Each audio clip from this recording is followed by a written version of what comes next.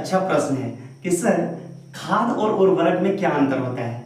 क्या आपको पता है ज्यादातर किसान खेती तो करते हैं लेकिन उन्हें खाद और उर्वरक में अंतर पता नहीं होता, जिसके चलते वो पूरे फसल को बर्बाद कर देते हैं। तो चलिए आज समझते हैं कि खाद और उर्वरक में क्या अंतर है। देखिए, यदि आप इस बात को नहीं जानेंगे तो हो सकता है कि आप पूरे फसल को ही बर्बाद कर दें। जो खाद है वह गोबर, सड़े हुए पत्तियों और यहाँ तक कि घास फूस को सड़ने से निर्मित होता है। जो खाद है उसको अंग्रेजी में मैन्योर कहा जाता है और यह ह्यूमस के निर्माण में मदद करता है। यह खेत की उर्वरा शक्ति को बढ़ाता है, लेकिन इसमें माइक्रोन्यूट्रिएंट्स जो पोषक तत्व होते हैं वे कम मात्रा में होते हैं। अब चलिए दूसरी तरफ समझते हैं कि उर्वरक क्या है।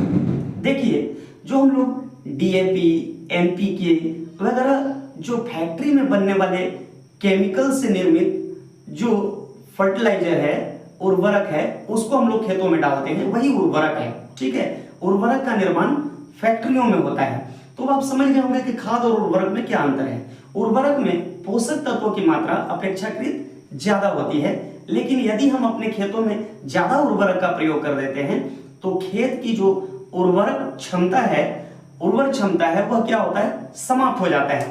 तो अब मेरे स्टूडेंट भी इस बात को समझ गए होंगे और किसान भी समझ गए होंगे। देखिए, खेत में जितना ज्यादा से ज्यादा हो खाद का प्रयोग कीजिए, उर्वरक का प्रयोग उतना ही कीजिए जितनी आवश्यकता हो। Thank you for watching.